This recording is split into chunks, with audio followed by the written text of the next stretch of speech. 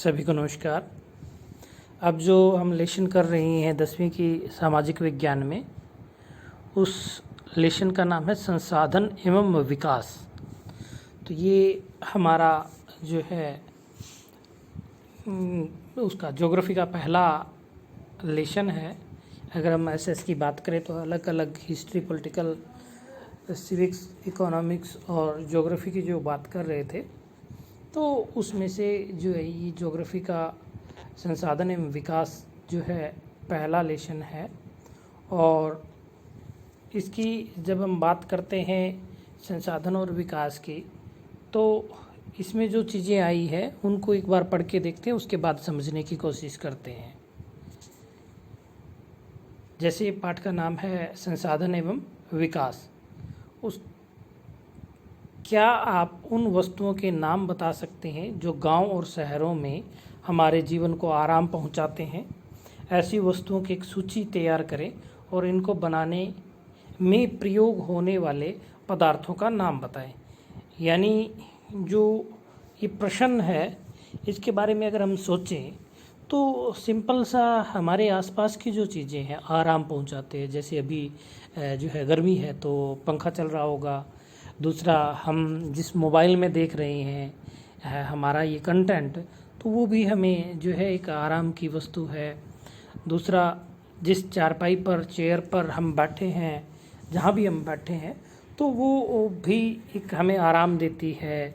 तो यानी कहने का अर्थ क्या है कि जो हमारे सराउंडिंग में जितनी की जितनी वस्तुएं हैं वो संसाधन हैं जो हमें हमारी आवश्यकता की पूर्ति करती है, या हमें उससे किसी हमारी जो है ज़रूरत पूरी होती है, तो वो संसाधन है। तो हमारे चारों तरफ जो है हम संसाधनों से घिरे हुए हैं, संसाधन हमारे चारों तरफ है। तो इसको थोड़ा सा देखते हैं आगे पढ़ के। हमारे पर्यावरण में उपलब्ध प्रत्येक वस्तु जो हमारी आवश्यकताओं को पूरा करती है और जिसको बनाने के लिए, ये देखिए दो चीज़ें आई है हमारे पास। एक तो आया है कि संसाधन पर्यावरण में उपलब्ध प्रत्येक वस्तु, यानी हर एक वस्तु जो यहाँ इस धरती पर या इस धरती से बाहर उपलब्ध है और हमारी किसी आवश्यकता को पूरा करती है। दूसरा, जिसको बनाने के लिए प्रौद्योगिकी उपलब्ध है, यानी कई बार कुछ चीज़ें तो बहुत ज़्यादा मात्रा में उपलब्ध है, लेकिन उन वस्तुओं को, उन जो है उत्पादन की वस्तु को या उसको उत्पादित नहीं कर पा। तो यानी दो चीज़ें निकल कर आई। दो चीज़ों में एक तो आई वस्तु उपलब्ध है इस हमारे चारों तरफ, जिसका उपयोग किया जा सकता है। अगर उपयोग नहीं किया जा सकता तो संभावना है उसकी कि हम आगे भविष्य में उसका जो है उपयोग कर लेंगे और वो वस्तु जो है हमारे काम आएगी। यानी प्रौद्योगिकी की जो हम बात कर रहे हैं, हम बात कर रहे हैं कि हम किसी न किसी तरीके से उस चीज़ को बना लेंगे और वो हमारे जो है काम आएगी और हम उसको जो है उपयोग में लाएंगे।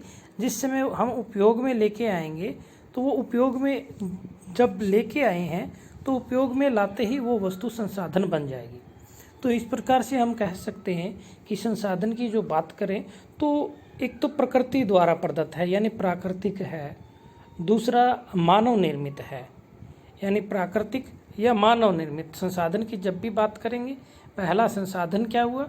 संसाधन वो है जो हमारी किसी आवश्यकता को पूरा करता है, और दूसरा वो जो है किसी प्रौद्योगिकी उपलब्ध होने के बाद संसाधन बनता है।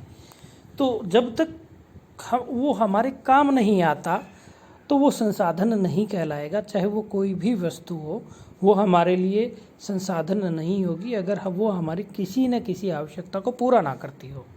तो दो प्रकार के संसाधन, प्राकृतिक और जो है मानव निर्मित। एक जो है यहाँ एक चीज़ और आती है तीसरी, खुद जो है मानव भी एक जो है हम कह सकते हैं कि संसाधन है, कि मानव स्वयं एक संसाधन का काम करता है। ये आगे जाके हम पढ़ेंगे। तो जो है एक संसाधन है, यह हमारे पर्यावरण में उपलब्ध वस्तुओं के रूपांतरण की प्रक्रिया, प्रकृति, प्रौद्योगिकी एवं संस्थाओं के पारस्परिक क्रियात्मक संबंध में निहित है।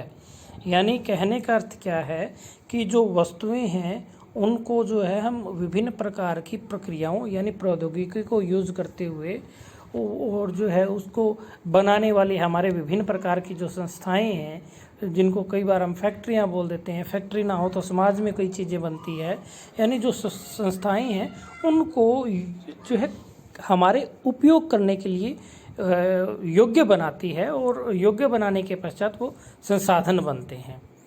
इसके बाद जो है, क्या आप भी अन्य बहुत से लोगों की तरह संसाधनों को प्राकृतिक उपहार समझते हैं? ऐसा नहीं है। संसाधन मानवीय क्रियाओं का परिणाम है। संसाधन क्या है, ये क्वालिटी बता रहे हैं हम संसाधन की कि ये जो है मानवीय क्रियाओं का परिणाम है। मानव स्वयं क्या है, मानव स्वयं संसाधनों का महत्वपूर्ण हिस्सा है, यानी मानव खुद भी संसाधन है। वे पर्यावरण में पाए जाने वाले पदार्थों को संसाधनों में परिवर्तित करते हैं तथा उन्हें प्रयोग करते हैं।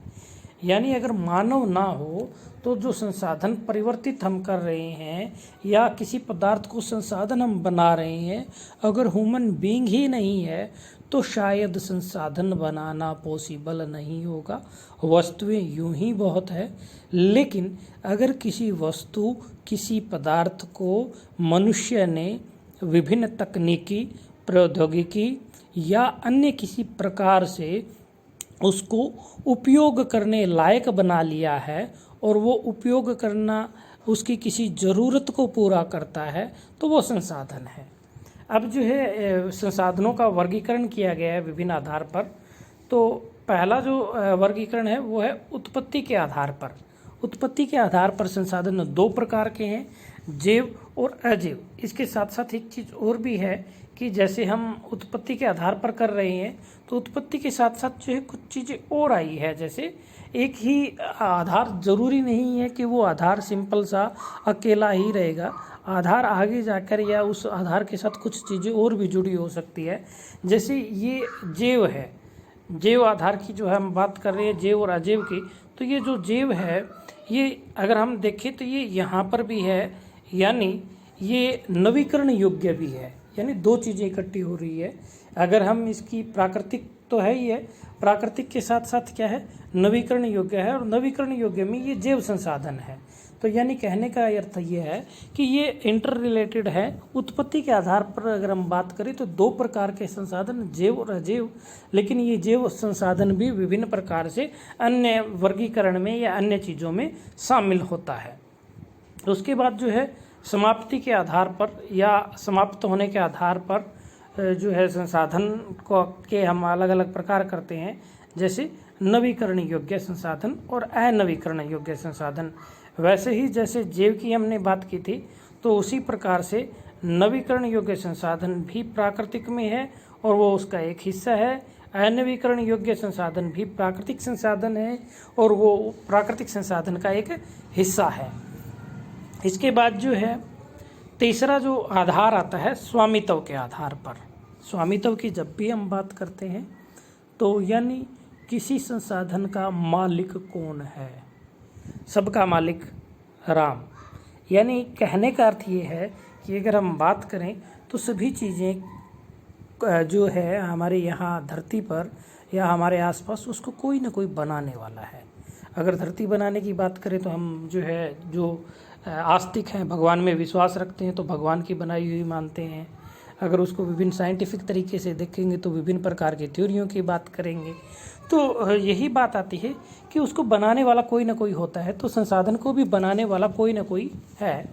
जिस प्रकार व्यक्तिगत यानी एक अकेले व्यक्ति की कोई संसाधन है, यानी जिस बुक को आप पढ़ रहे हैं वो आपके अकेले की है तो वो व्यक्तिगत संसाधन है। और आपके पास आपका कोई भी जो है वस्तु वो व्यक्तिगत है।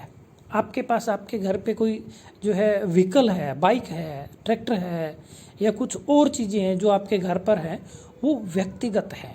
यानी उन पर आपका या आपके परिवार का जो है उसके ऊपर एकाधिकार है और वो जो है उस चीज़ के पश्चात जो है उस व्यक्तिगत को हम हमारे हिसाब से उपयोग कर लेते हैं और जब चाहे उसको यूज़ कर सकते हैं।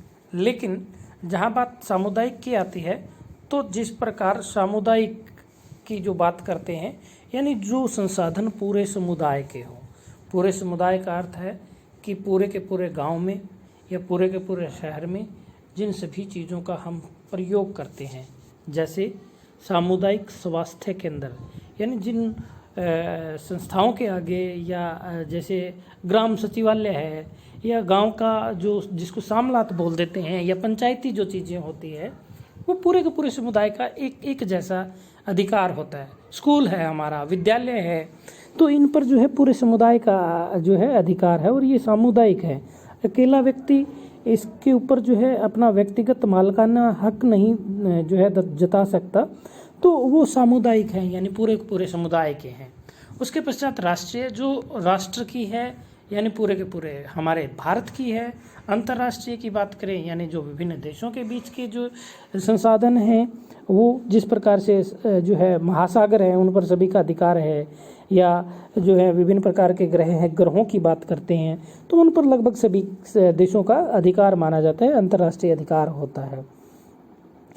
नेक्स्ट जो है वो है विकास के स्तर के आधार पर। विकास के स्तर के आधार पर संभावी यानी जो भविष्य में आज संसाधन नहीं है लेकिन भविष्य में वो संसाधन बन जाता है।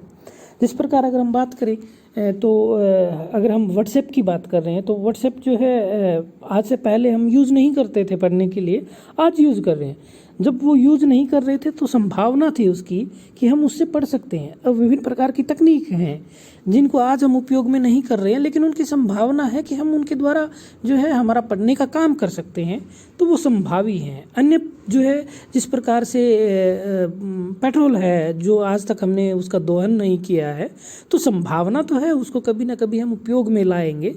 तो वो जो भविष्य के अंदर जो आज संसाधन नहीं है लेकिन भविष्य में संसाधन बन सकता है वो संभावी है, यानी आने वाले भविष्य में उसका उपयोग हम कर सकते हैं हमारी विभिन्न तकनीकों का उपयोग करके। आज हो सकता है उसके लिए तकनीक ना हो लेकिन जब भविष्य में तकनीक आएगी तो वो चीज़ हमारे लिए उपयोगी होगी। जैसे अगर हम बात करें तो महासागरों का पानी है तो उस जल को हम जो है पीने के लिए उपयोग नहीं ला पा रहे हैं, तो या ला पा रहे हैं तो उसकी प्रौद्योगिकी बहुत ज़्यादा महंगी है। तो अगर हम उसको अच्छे से प्रकार से यूज़ कर ले, सिंचाई में उपयोग ले आएँ या पीने के लिए उपयोग ले आएँ, तो शायद जो जिस पीने के पानी की स्कैर्सिटी की हम बात करते हैं या उसकी जल दुर्लभता की जो हम बात करते हैं तो वो कमी जो है दूर हो जाएगी। इसी प्रकार से विकसित यानी जिन संसाधनों का हमने उपयोग करना सीख लिया है, और संचित कोष यानी जिन संसाधनों को हमने स्टोर करके रखा है, जिनको अभी तक जो है हम भंडार में या हम कहें कि वो हमारे पास रिजर्व के रूप में पड़े हैं। एक जो है इसका डायग्राम और देखते हैं। जैसे संसाधन है, संसाधन दो प्रकार के हैं, एक जो है प्राकृतिक संसाधन, दूसरा जो है मानवीय संसाधन। प्राकृतिक संसाधन की बात करें तो फिर फर्दर जो है दो प्रकार हो जाते हैं, एक नवीकरणीय और दूसरा अनवीकरणीय। इसी प्रकार से जो है उस नवीकरणीय के अंदर फिर दो सतत यानी जो हमेशा रहते हैं और उसके साथ ही एक जैव के फिर फर्दर जो है एक प्राकृतिक वन जो हो गए वो, और एक जो है वन्य जीव जो हो गए यानी जिनमें जीवन है।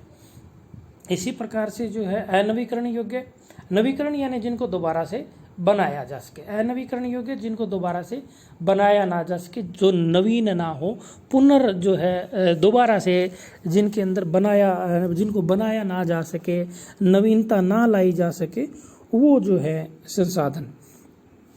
इसमें जो है पुनर्चक्रीय धातु, जैसे इनको जो है दोबारा से हमने ले आए जो है धातु है, और दूसरा जो है जीवांशम है।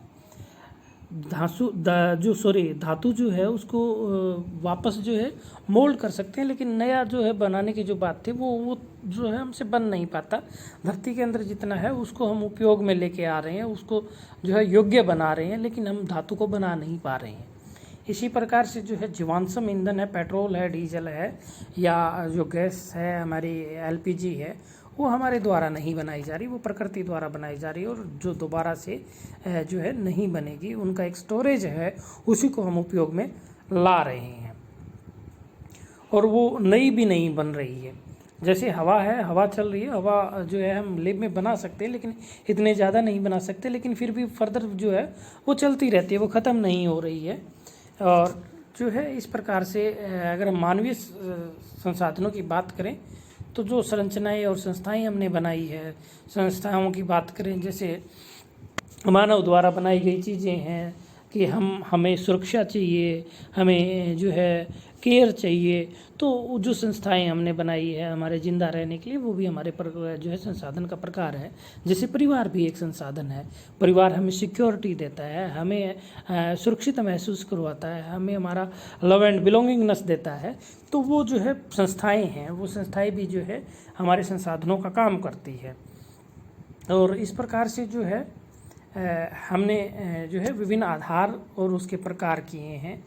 फर्दर जो है आप इसको डीपली पढ़ लेंगे। डीपली में हर एक प्रश्न जो इसका बन रहा है, जैसे ये प्रकार की जो बात हम कर रहे हैं, तो उत्पत्ति के आधार पर जो है संसाधन कितने प्रकार के होते हैं, एक प्रश्न बनता है। और उत्पत्ति के आधार की अगर हम बात करें तो संसाधनों की प्राप्ति जीवमंडल से होती है। जैसे जैव संसाधन की जो हम बात कर रहे हैं, जैसे मनुष्य, वनस्पति, प्राणीजात और मत्स्य जीवन और पशुधन, यानी जो जिनमें जीवन है। अजैव संसाधन वे सारे संसाधन जो निर्जीव वस्तुओं से बने हैं अजैव संसाधन कहलाते हैं। उदाहरणतः चट्टान और धातुएं। ये दूसरा प्रश्न है। यानी एक बड़ा प्रश्न ये बनता है कि उत्पत्ति के आधार पर संसाधनों के प्रकार बताएं। तो ये हमारा हुआ जो है जैव संसाधन, अजैव संसाधन। और समाप्ति के आधार पर बताते हैं तो नवीकरण योग्य संसाधन और अनवीकरण योग्य संसाधन। उसके बाद जो है हमारा आता है स्वामित्व के आधार पर व्यक्तिगत के साथ सामुदायिक के साथ राष्ट्रीय के साथ अंतर्राष्ट्रीय। यानी इनको आप एक बार पढ़ लेना। और ये जो है अगर सीधा प्रश्न पूछें तो 1-1 नंबर का बनता है।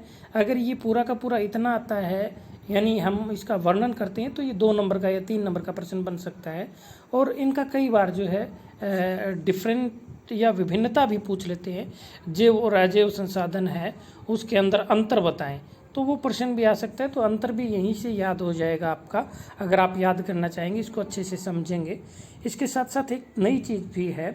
क्या आप जानते हैं, क्या बताया है, क्या आप जानते हैं भारत के पास अपवर्जक आर्थिक क्षेत्र से दूर हिंद महासागर की तलहटी में मैग्नीज ग्रंथियों का खनन करने का अधिकार है। कुछ अन्य अंतर्राष्ट्रीय संसाधनों की भी पहचान करें। यानी कहने का अर्थ क्या है कि जब हम अपवर्जक आर्थिक क्षेत्र की बात करते हैं तो जो 12 नॉटिकल मील होता है हमारा, कि 12 समुद्री मील, आप जब भी मैप देखेंगे तो उस मैप के जो है नीचे लिखा हुआ मिलेगा आपको कि भारत की जो सीमा क्षेत्र है समुद्र में वो 12 नॉटिकल मील है। तो 12 नॉटिकल मील से भी आगे जो है भारत को अधिकार मिला है। यानी अंतर्राष्ट्रीय संसाधन है, उन पर भी कई बार जो है विभिन्न अंतर्राष्ट्रीय समुदायों के साथ संधियों के द्वारा जो है हम उन संसाधनों का उपयोग कर लेते हैं। तो उसी प्रकार से हम उसको उपयोग कर रहे थे। नेक्स्ट जो है हम नेक्स्ट टाइम करेंगे। आज के लिए इतना ही काफ़ी है। Thank you.